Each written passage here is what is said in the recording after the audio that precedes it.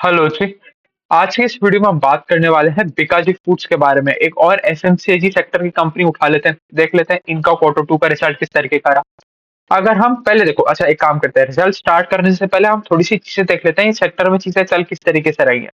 देखो, हालात तो अच्छे हैं नहीं। आप कोई भी एफएमसीजी कंपनी उठाओ, आपको रिजल्ट ठंडा ही देखने को मिलेगा। जो कंपनी एक पॉइंट ऑफ टाइम पे 25-26% के आसपास का ग्रोथ किया करती थी, वो आज करके 17-18% के आसपास रह गया है। जो हमारे बड़े बेस वाली कंपनी है, जैसे हमारा नेस्ले हो गया, डाबर हो गया, आईटीसी हो गया, एचयूएल हो गया, इनकी तो ग्रोथ बिल्कुल ही गायब हो गई। ये तो सिंगल डिजिट ग्रोथ करने के ऊपर आ गए हैं। इनके लिए तो गाइडेंस ये लोग देते हैं कि हाँ, कभी कोई अच्छा सुनहरा समय आएगा, उस टाइम पे हम जाके डबल डिजिट ग्रोथ करेंगे। बट अगर हम बात करें बिकाजी के बारे में, तो बिकाजी एक ऐसा प्लेयर है जो मतलब एक पर्टिकुलर रीजन से स्टार्ट हुआ और अब पैन इंडिया फैल रहा है। तो एक छोटा सा कंपनी पैन इंडिया एक्सपांड कर रहा है, तो इनके पास सब कुछ कैप्चर करने के लिए, मतलब यहाँ पर सब कुछ पाने के लिए खोने के लिए कुछ भी नहीं है। तो हमें इनसे एक्सपेक्टेशन ज्यादा है। इनसे हम चाहते हैं कि आप अच्छे लेवल पे ग्रोथ दिखाओ। और अच्छा लेवल आज के दिन अगर हम कैटेगराइज करना चाहें, तो आप एफएमसीजी कंपनी हो तो आप 17-18% के आसपास का ग्रोथ तो कम से कम दिखाओ। उससे कम तो बात नहीं बनेगी। तो अब देख लेते हैं इनका किस तरीके का रिजल्ट रहा। अगर हम शुरुआत करें कंपनी के मार्केट कैप के साथ, तो लगभग लगभग 20,000 करोड़, 20,000 करोड़ रुपीज के आसपास का कंपनी का मार्केट कैप है। 19,600-700 करोड़ रुपीज के आसपास का कंपनी का मार्केट कैप है। अगर हम बात करें कंपनी के ग्रोथ फिगर्स के बारे में, अब देखो यहाँ पर भी दो चीजें होती हैं। अगर कोई भी एफएमसीजी कंपनी के बारे में हम बात करें, तो दो तरह की ग्रोथ होती है। एक तो वॉल्यूम ग्रोथ होती है, एक वैल्यू ग्रोथ होती है। तो मतलब आप कितना ज्यादा बेच पा रहे हो, कितना महंगा बेच पा रहे हो। तो सपोज जैसे इनका एग्जांपल ले लें, तो अगर ये नमकीन का पैकेट पिछले साल बेच रहे थे, और वो नमकीन का पैकेट 10 रुपए का बेच रहे थे, और पूरे साल भर में 100 पैकेट बेच पा रहे थे। तो अब हम चाह रहे हैं कि आप 100 पैकेट के बजाय 120, 125, 130 पैकेट बेचो, मतलब ज्यादा बेचा। और पर पैकेट 10 रुपए की बजाय आप एक काम करो, 10 रुपए के बजाय 12 रुपए, 15 रुपए का एक पैकेट बेचो। तो महंगा बेचो, ज्यादा बेचो, दोनों चीज आना चाहिए। और यहाँ पर हमें वो आता हुआ भी देखने को मिला है। अगर हम बात करें, ओवरऑल रेवेन्यू हमारे बढ़े by 18.5% over Y Y level, जिसमें 15% का तो वॉल्यूम ग्रोथ ही आ गया। तो ये जो एडिशनल 3-3.5% के आसपास का कहानी है, ये आ रहा है आपका वैल्यू ग्रोथ और थोड़ा बहुत इनका पीएलआई स्कीम का इंसेंटिव है उसको मिला के। तो अगर हम सिर्फ वो पीएलआई स्कीम का इंसेंटिव हटाते, तो 16% के आसपास कंपनी ने रेवेन्यू ग्रोथ दिखाया। तो 15% का तो ज्यादा बेच दिया, और एक आधा परसेंट जो था वो हमने महंगा बेच के एक्स्ट्रा कमाई करी हमारी। ये चीज भी हमने देख लिया। अगर हम प्रॉफिट्स के बारे में बात करें, तो प्रॉफिट बढ़े by 15% over Y Y level. तो प्रॉफिट का ग्रोथ कम था, और क्यों कम था? थोड़ा तो इन्फ्लेशनरी प्रेशर अभी भी इनको देखने को मिला। एक आधी चीज में इनका प्राइसेस ऊपर गए, और थोड़ा सा ग्रॉस मार्जिन में हिट हमें देखने को मिला। इसकी वजह से यहाँ पर थोड़ा सा कंपनी को मार्जिन कंप्रेशन देखने को मिल रहा है। बट कोई बहुत मतलब ऐसा चिंताजनक विषय नहीं है कि भाई यहाँ पर तो कंपनी ने अपने मार्जिन ही लूज कर दिया। आप बिजनेस है, बिजनेस में आप एक क्वार्टर अच्छा करोगे, एक क्वार्टर खराब करोगे, थोड़ा बहुत ऊपर नीचे तो किसी ना किसी मैटर में होता ही रहता है। आप कभी भी एक परफेक्ट स्ट्रेट लाइन नहीं खींच सकते कि भाई आज बीकाजी 20,000 करोड़ पे है, कल वो 21,000 करोड़ पे होगा, परसों वो 22,000 करोड़ पे होगा। इस तरीके से शेयर मार्केट तो चलता नहीं है। एक बिजनेस है, बिजनेस में कुछ चीजें अच्छी रहेंगी किसी क्वार्टर में, कुछ चीजें बुरी रहेंगी किसी क्वार्टर में। मोर और लेस हमें देखना है कि मेजोरिटी ऑफ द थिंग्स सही डायरेक्शन में जा रही हो। एक आधा क्वार्टर डेविएशन चलता है, बट मोर और लेस चीजें सही जानी चाहिए। और यहाँ पर वही हमें देखने को मिल रहा है। कंपनी गाइडेंस भी यही देके चल रहा है कि भाई हम अपने मार्जिन को एक्सपांड करेंगे, 50-60 बेसिस पॉइंट्स के आसपास का हमें एक्सपांशन देखने को मिलना चाहिए इस साल तक, या एक साल के अंदर अंदर, मतलब नेक्स्ट 4 क्वार्टर्स में। 2 क्वार्टर में ही देखने को मिल जाएगा, नहीं तो 4 क्वार्टर में तो देखने को मिल जाएगा, जो कंपनी का गाइडेंस है उसके अकॉर्डिंग। ये चीज भी हमने देखी। अगर हम बात करें, तो कंपनी ने अपना थोड़ा सा कैपेसिटी भी बढ़ाया। अब कैपेसिटी बढ़ाया कंपनी ने 5% over quarter on quarter level, ये एक अच्छा इंक्रीज है। और अगर हम स्पेसिफिकली बात करें कौन से सेगमेंट में बढ़ा है, तो हमारे नमकीन वाले सेगमेंट में बढ़ा है। अब देखो, एक और चीज समझना पड़ेगा। बिकाजी के आप प्रोडक्ट्स देखो पहले, तो भाई आप ये थोड़ा बहुत पापड़ वापड़ बनाते हैं, ये स्वीट्स बनाने का काम करते हैं, नमकीन बनाने का काम करते हैं, स्नैक्स बनाने का काम करते हैं। और ये वाला जो क्वार्टर था, ये दिवाली वाला क्वार्टर था। तो दिवाली वाले क्वार्टर में क्या होता है, आपका हाई मार्जिन प्रोडक्ट ज्यादा बिकता है। जो आपका स्वीट वाला कैटेगरी है ना, उसमें हमें बहुत अच्छा ग्रोथ देखने को मिलता है। और स्वीट वाली कैटेगरी का ग्रोथ, अगर वहां पर ग्रोथ अच्छा देखने को मिलता है, तो दबता क्या है, मतलब खराब क्या चीज होती है, आपका वेस्टर्न स्नैक्स अच्छा नहीं करते। क्योंकि देखो यहाँ पर बेसिक कॉन्सेप्ट समझो कि भाई अगर अगर आप किराने वाले की दुकान पे जा रहे हो, जो इनका टच पॉइंट क्रिएट कर रहा है, अगर वो बिकाजी का 100 SKU है, तो वो सारे के सारे तो अपनी दुकान में रख नहीं सकता। उसको देखना पड़ेगा कि यार मेरे दुकान में बिकाजी का प्रोडक्ट रखने के लिए सिर्फ 10 शेल्फ है। अब 10 शेल्फ में जितना भी सामान आ सकता है मैं रखूंगा।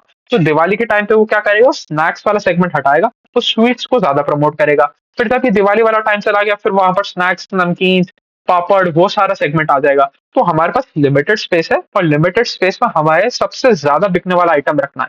तो इस टाइम पे स्वीट्स का थोड़ा सा वेटेज बढ़ जाता है, एथनिक स्नैक्स या वेस्टर्न स्नैक्स का वेटेज थोड़ा सा कम हो जाता है। ये चीज भी हमने देख ली, वो आगे चल के हम खैर देख ही लेंगे। अच्छा, अब थोड़ा-सा इनके ज्योग्राफिकल प्रेजेंस के बारे में बात कर लेते हैं। अब देखो, इसलिए हम इस कंपनी से ज़्यादा ग्रोथ एक्सपेक्ट करते हैं, क्योंकि कंपनी के बारे में अगर हम बात, मतलब पैन इंडिया प्रेजेंस तो है, बट सारी की सारी जगह उतना अच्छा पेनिट्रेशन नहीं है। इनके पास 3 कोर स्टेट्स हैं। कोर स्टेट्स में आ जाते हैं हमारा राजस्थान, बिहार और असम। एक सेकंड मैं चेक कर लेता हूँ। हाँ, राजस्थान, बिहार और असम, ये हमारे 3 कोर स्टेट्स हो गए। तो मतलब यहाँ पर तो इनका अच्छा पेनिट्रेशन है, पहले से ये लोग सेटअप करके बैठे हैं, और ये राजस्थान से ओरिजिनेट होने वाला कंपनी है। तो यहाँ पर तो इनका अच्छा प्रेजेंस है, यहाँ पर ये अच्छा सिग्निफिकेंट मार्केट शेयर कैप्चर करके बैठे हैं। अब करना कहाँ चाह रहे हैं? These are focus states. Focus states में आ जाता है हमारा यूपी, आ जाता है पंजाब, आ जाता है हरियाणा, आ जाता है आपका दिल्ली, आ जाता है आपका कर्नाटका, आ जाता है और आपका तेलंगाना आ जाता है, और शायद गुजरात भी आता है ना? तो ये गुजरात वाला स्टेट में ये सारे हैं इनके फोकस स्टेट्स, जहाँ पर ये और अपना पेनिट्रेशन बढ़ाना चाह रहे हैं, अपना मार्केट शेयर कैप्चर करना चाह रहे हैं, और अपने आप को एक लीडर के तौर पर दिखाना चाह रहे हैं, जहाँ से लोग मार्केट शेयर कैप्चर करेंगे। तो आगे चल के जब हम देखेंगे difference between growth of focus states versus आपका जो कोर स्टेट्स है, तो हमें चीजें समझ में आएगी कि किस तरीके से यहाँ पर कहानी चल रही है। उसके बाद अगर हम थोड़ी-सी इनकी मैन्युफैक्चरिंग के बारे में बात करें, तो कंपनी ने अपना 7 अलग-अलग जगह मैन्युफैक्चरिंग फैसिलिटी बिठा रखी है। मैन्युफैक्चरिंग बोल लो चाहे स्टोरेज फैसिलिटी बोल लो, मतलब ये 7 अलग-अलग लोकेशंस पे प्रेजेंट है। इससे क्या होता है, देखो आप एंड ऑफ द डे एक फिजिकल प्रोडक्ट डिलीवर कर रहे हो। तो अगर आपका सारा का सारा काम आपका दिल्ली में हो रहा है, तो आपको चेन्नई में पहुँचाने में बहुत ज़्यादा खर्चा पड़ जाएगा। आपके लिए सस्टेनेबल नहीं होगा वहाँ जो बैठी हुई कंपनी है उससे कम्पीट करना। तो आप अपने कॉम्पिटिटिव इंटेंसिटी जो है उसको लूज कर जाओगे। तो कंपनी इसकी वजह से क्या करती है, हर एक जो प्राइम स्पॉट्स है, जैसे साउथ ऑफ इंडिया के लिए एक स्पॉट फिक्स कर लिया कि पूरा का पूरा साउथ ऑफ इंडिया वहां से केटर हो रहा है। फिर वेस्टर्न इंडिया के लिए एक स्पॉट फिक्स कर लिया, ऐसे ईस्टर्न इंडिया के लिए एक स्पॉट फिक्स कर लिया। इस तरीके से काम करते हैं। तो इन्होंने अपनी 7 स्ट्रेटेजिक लोकेशन के ऊपर अपने प्लांट्स बिठा रखे हैं, प्लांट्स एंड स्टोरेज यूनिट्स बिठा रखी है। एक तो बीकानेर में बिठा रखी है, जहाँ से ये लोग ओरिजिनेट हुए थे। यहाँ तो बहुत सारी चीजें बनती है, मतलब यहाँ पर स्टोरेज भी है, मैन्युफैक्चरिंग भी है, और हर तरीके की मैन्युफैक्चरिंग है। उसके बाद ये हो गया हमारा वेस्टर्न, नॉर्थ वेस्टर्न साइड का, राजस्थान में हो गया। फिर टुमकर एक जगह है, वो साउथ में इन्होंने फैसिलिटी बिठा रखी है। कानपुर में बिठा रखी है, मुजफ्फरपुर में बिठा रखी है, पटना में बिठा रखी है, कोलकाता में बिठा रखी है, गुवाहाटी में बिठा रखी है। तो जहाँ-जहाँ पर सारे पल्स पॉइंट पे बिठा रखे हैं, जहाँ से लोग अपने डिस्ट्रीब्यूशन नेटवर्क को मैनेज कर पाएँ, एफिशिएंटली मैनेज कर पाएँ। ये चीज़ भी हमने देख ली। अगर हम इन्हीं के बारे में बात करें, थोड़ा-सा आउटलेट्स के बारे में बात करें, कि कितना डायरेक्ट रीच बढ़ रहा है कंपनी का। तो कंपनी का डायरेक्ट रीच बढ़ा 2% से over a quarter on quarter level. अब ये ठीक है, अच्छा ग्रोथ फिगर है। मतलब ठीक है, आज के दिन अगर आप किसी भी एफएमसीजी कंपनी के हिसाब से देखोगे, तो अच्छा ही ग्रोथ फिगर माना जाएगा कि भाई 2% के आसपास का आप क्वार्टर ऑन क्वार्टर अपना आउटलेट एक्सपेंशन कर रहे हो, अपना डिस्ट्रीब्यूशन चैनल को एक्सपैंड कर रहे हो। अगर आप इसको ईयरली करोगे, तो लगभग-लगभग 10% के आसपास का हमें ग्रोथ देखने को मिल जाएगा। तो बाकी सारी एफएमसीजी कंपनियां इतना तो नहीं कर पा रही हैं। तो एफएमसीजी कंपनीज के पीयर टू पीयर कंपैरिजन में अच्छा ग्रोथ है, बट अगर आप एब्सोल्यूट नंबर में देखने जाओगे, तो 2% का तो आपने कुछ ढंग का ग्रोथ किया नहीं। इस चीज में भी हमें, मतलब ये समझ के चलना है भाई, हालात ही खराब है। तो एक एक तरफ आपकी ऐसी कंपनी है जो कोई ग्रो ही नहीं लेकर आ पा रही अपने ब्रांच नेटवर्क में, अपने डीलर टच पॉइंट्स नेटवर्क में। दूसरी तरफ एक ऐसा कंपनी है जो एटलीस्ट 2% से तो ग्रो कर रहा है। तो यहाँ पर इस तरीके से इसको पॉजिटिव लेना पड़ेगा। अब टोटल अगर नंबर ऑफ आउटलेट्स के बारे में बात करें, तो 2,78,000 79,000 के आसपास आउटलेट्स पहुंच गए हैं, और कंपनी ने गाइडेंस दिया है इसको 3.5 लाख पहुंचाने का, 3.5 लाख पहुंचाएंगे by the end of FY 26। तो अगले अगले अगले साल के 4 क्वार्टर, उसके अगले साल के 4 क्वार्टर, और इस साल के बचे हुए 2 क्वार्टर, तो नेक्स्ट 10 क्वार्टर्स में ये अपने जो आउटलेट्स हैं उनको 3.5 लाख के आसपास पहुंचा देंगे। मतलब 70,000 के आसपास ये लोग आउटलेट्स ऐड करने वाले हैं नेक्स्ट 10 क्वार्टर के अंदर अंदर। ये चीज भी हमने देख ली।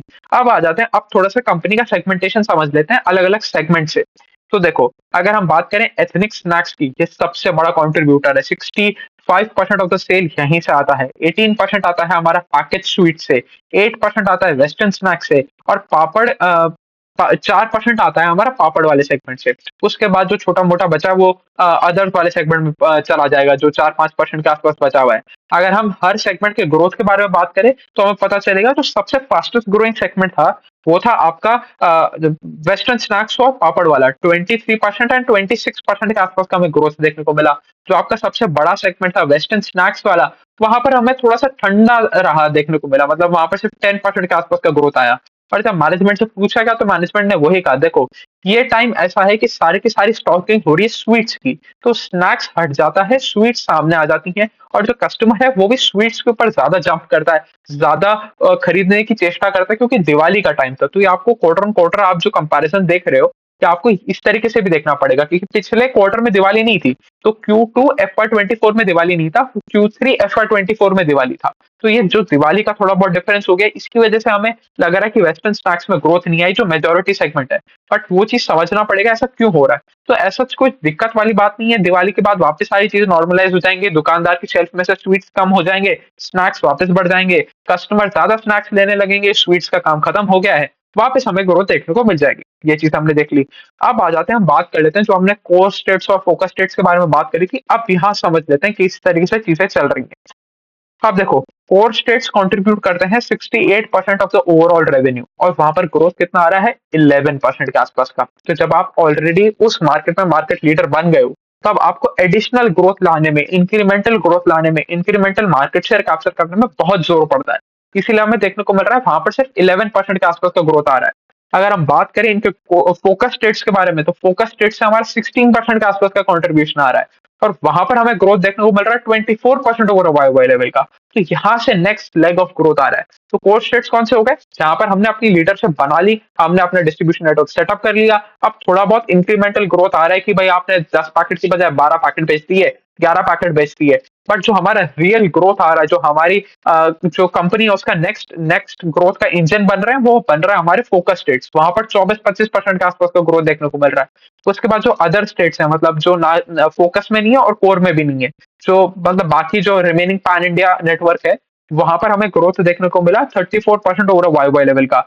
4% के आसपास इनका एक्सपोर्ट वाला भी सेगमेंट है, पर एक्सपोर्ट ग्रो किया 20% ओवर वाई वाई लेवल से।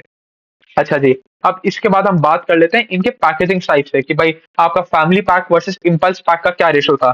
तो इनका फैमिली पैक का जो रेशो था वो बढ़ गया, तो वो बढ़ के हो गया है अब 62%। तो अगर ये लोग 100 पैकेट बेच रहे हैं, तो 100 में से 62 पैकेट्स आर फैमिली पैक्स, जो पिछले क्वार्टर Q2 FY24 में 58 के आसपास थे। इसका भी वही रीजन है कि Q2 में दिवाली नहीं थी। जब आप दिवाली पे जा रहे हो, तब आप चाहे गिफ्ट के लिए ले रहे हो, चाहे घर के लिए ले रहे हो, आप हर जगह फैमिली पैक लेना ज्यादा पसंद करोगे, कि भाई इस टाइम ये त्योहार वाला माहौल है, घर पे गेस्ट आएंगे, आप किसी गेस्ट को गिफ्ट देने जा रहे हो, तो ये फैमिली पैक वाला सेल बढ़ जाता है। इस टाइम पे ये सारी चीजें होती हैं। इसकी वजह से इनका थोड़ा सा एक प्रीमियम कस्टमर आता है, या प्रीमियम प्रोडक्ट ये लोग बेच पाते हैं, अपने प्रोडक्ट को अपसेल कर पाते हैं। जो 10 रुपए का पैकेट ले रहे थे, 10 रुपए के बजाय 110-120 रुपए के आसपास का फुल फैमिली पैक लेके जा रहे हैं। इसलिए जो वो जो 5-5 रुपए का, 10 रुपए का, 15 रुपए का वो जो छोटे वाला पैक होता है, वो छोटे वाले पैक का सेल्स नीचे आ जाता है, और वही हमें देखने को मिला है।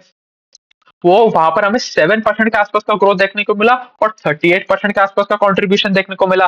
वहीं फैमिली पैक में हमें 22% के आसपास का ग्रोथ देखने को मिला, और 62% के आसपास का कंट्रीब्यूशन देखने को मिला।